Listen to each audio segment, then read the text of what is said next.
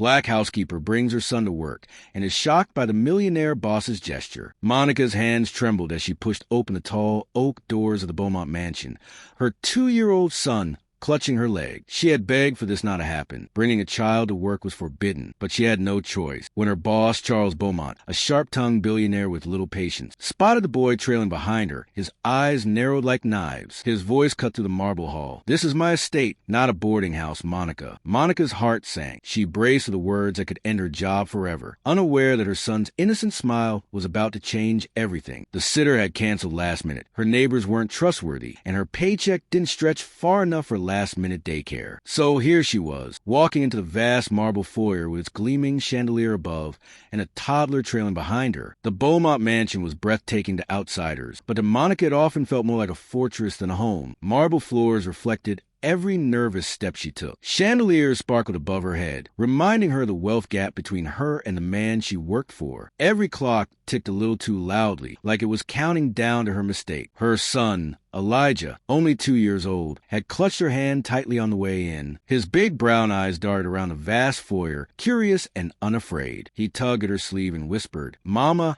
house big." The sweetness in his voice made Monica's chest ache. He was too little to understand that his presence could cost her everything. Charles Beaumont emerged from his study, sharp as ever in a black tailored suit. His salt and pepper hair was slicked back, his cufflinks catching the chandelier's glow. His expression was one Monica knew too well, cold, impatient, ready to judge. "Monica," he said firmly, "explain why there's a child in my foyer before I call the agency and request a replacement." Monica's voice faltered. "Sir, I had no choice today. My babysitter canceled, and I hire you to keep this house in order," Charles interrupted, his tone cutting, "not to run a daycare." Elijah looked up at the tall man and, without hesitation, gave him the warmest smile, revealing the small gap between his baby teeth. Then, with the boldness only a toddler could have, he waved. Charles froze. The hard lines of his face twitched, almost softening, but just for a second. Then he cleared his throat and turned away. Monica bent down quickly, whispering to Elijah, "Baby, stay close, don't make noise." She guided him into the kitchen where she usually started her work, polishing the counters, wiping down the silver, making sure the spotless mansion somehow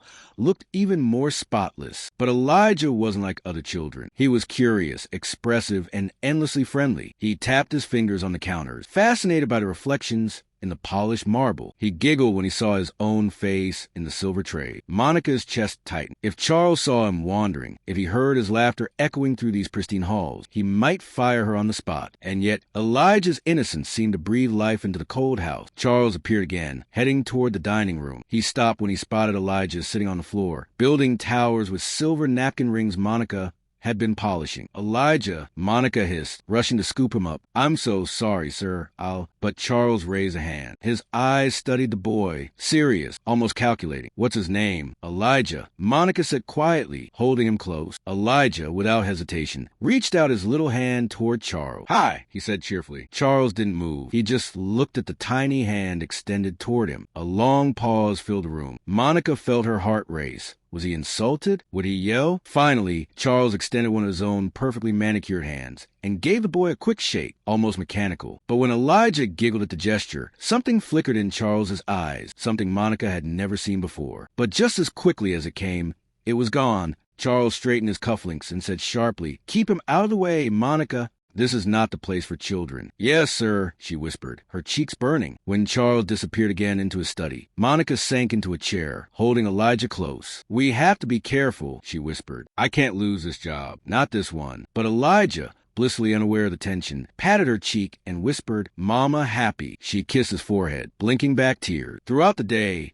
Elijah's presence became impossible to ignore. While Monica scrubbed the staircase banisters, Elijah toddled up a few steps and then back down, clapping his hands proudly. When she dusted the grand piano in the music room, Elijah pressed one key and laughed at the echoing note. His tiny fingers danced over the ivory key, producing clumsy but sweet sound. And each time, Charles seemed to appear silently, unexpectedly, watching from a distance. His sharp eyes lingered not on Monica, but on the boy. It unsettled her. Why was he watching? Was he waiting for Elijah to cause trouble? Or was there something else in that gaze? Later that afternoon, Monica carried a tray of tea to Charles's study. Elijah trailed behind her, clutching his toy truck. Charles looked up from his paper. His expression hardened. "Monica, I told you, this is not a place of children." "I'm sorry, sir. He won't stay put." Charles leaned back in his chair, his eyes fixed on Elijah.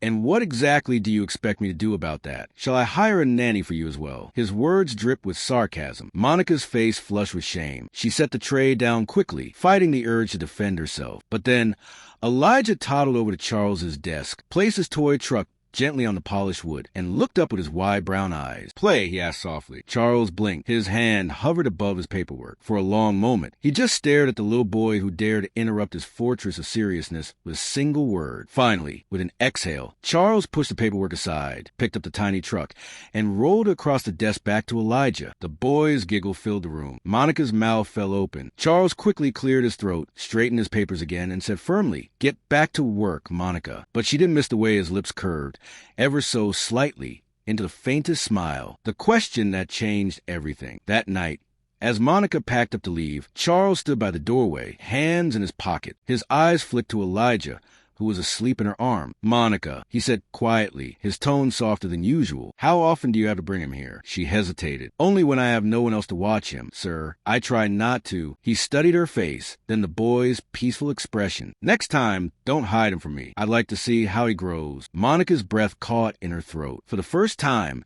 the cold billionaire didn't sound like her employer. He sounded almost human, and she had no idea what that meant for the future. Monica hardly slept that night. She lay awake in her small apartment. Elijah curled up beside her, replaying every word her employer had said. "Don't hide him from me. I'd like to see how he grows." What did that even mean? Charles Beaumont wasn't known for warmth. He was known for investments, for sharp deals, for being untouchable. Employees whispered that he had no family, no close friends, no patience for weakness. And yet her son had somehow cracked his shell. Was it a trick, a test, or something else entirely? The next morning, Monica resolved to keep Elijah at home with a neighbor. But fate once again intervened. Her neighbor's husband fell ill, and she had to refuse. With dread pressing into her chest, Monica carried Elijah with her back to the Beaumont mansion. She braced herself as she rang the bell. The butler opened the door, his expression already skeptical at the sight of Elijah's small frame clinging to her leg. But then Charles himself appeared at the top of the staircase. Monica's heart pounded as he descended, his polished shoes clicking against marble. She opened her mouth to apologize, but he held up a hand. "Good morning, Elijah." The boy's face lit up. "Hi, mister," he chirped. Charles's lips twitched in the faintest smile. He motioned for them to come inside. Monica followed,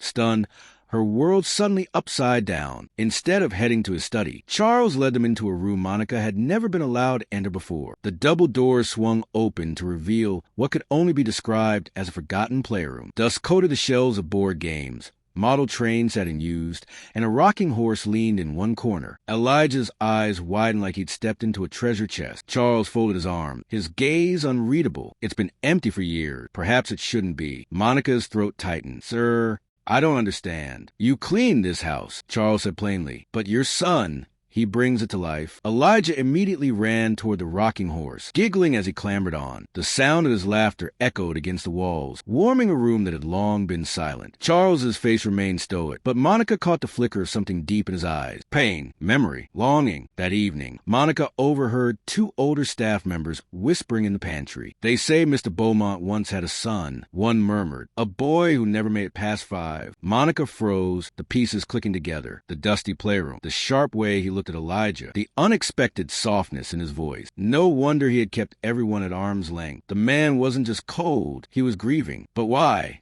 After all these years, was he allowing her child to stir those memories? Over the next few days, Elijah became a quiet fixture in the mansion. He toddled around the hallways with his toy truck, hummed tuneless songs while Monica polished silver, and occasionally tugged at Charles's suit jacket, insisting he play blocks. To Monica's shock, Charles never scolded him. Sometimes, he even knelt down, rolled the toy truck once or twice, and then quickly stood up again as though embarrassed by his own humanity. But his watchful gaze never left Elijah. Monica's worry deepened. Was he growing attached? Was this dangerous for her job, for her heart, for her son? One evening, a storm rolled in thunder shaking the window. Elijah, frightened, clung to Monica's side as she tried to finish polishing the dining room table. Charles appeared in the doorway, watching the boy's trembling lip and wide, fearful eyes. Without a word, he crossed the room, bent down, and scooped Elijah into his arm. Monica's breath caught in her throat. Charles carried him to the piano room, sat down on the bench, and with one hand holding Elijah steady, used the other to press soft,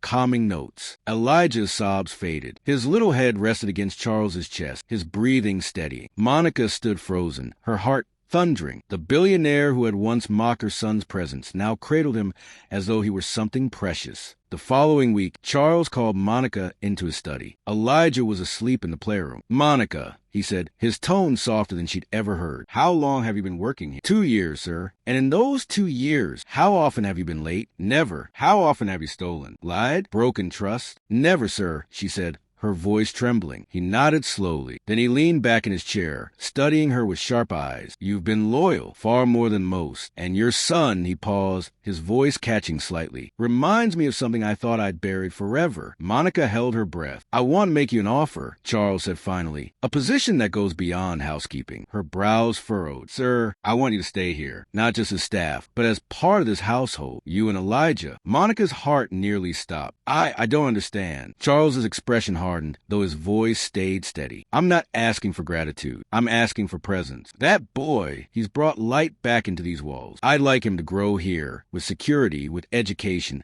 with everything he deserved. And you'll never have to worry about losing this job again." Monica's knees felt weak. The man who once mocked her for bringing her son was now asking them both to stay, as if they belonged. That night, Monica couldn't sleep again. She stared at Elijah, peaceful in his makeshift crib, and whispered to herself, "What does he really want? What if it's only because Elijah reminds him of his past? What happens when the memory hurts too much again?" She wanted to trust. She wanted to believe. But she had been poor too long, judged too long, discarded too long to easily accept kindness, especially from a man like Charles Beaumont. Still, she couldn't deny the truth. Her son adored him, and though Charles would never admit it aloud, he adored her son back. Weeks turned into months. Monica remained in the mansion, not just as a housekeeper, but as something more, though neither she nor Charles dared put it into words. Elijah thrived. He toddled through the halls as though they belonged to him. He learned songs on the grand piano. He played in gardens Monica had once only cleaned, and Charles changed. The cold billionaire no longer spent nights buried in paperwork. Sometimes Monica found him in the playroom, helping Elijah stack block. Other times, she caught him staring at the boy with a faraway look, haunted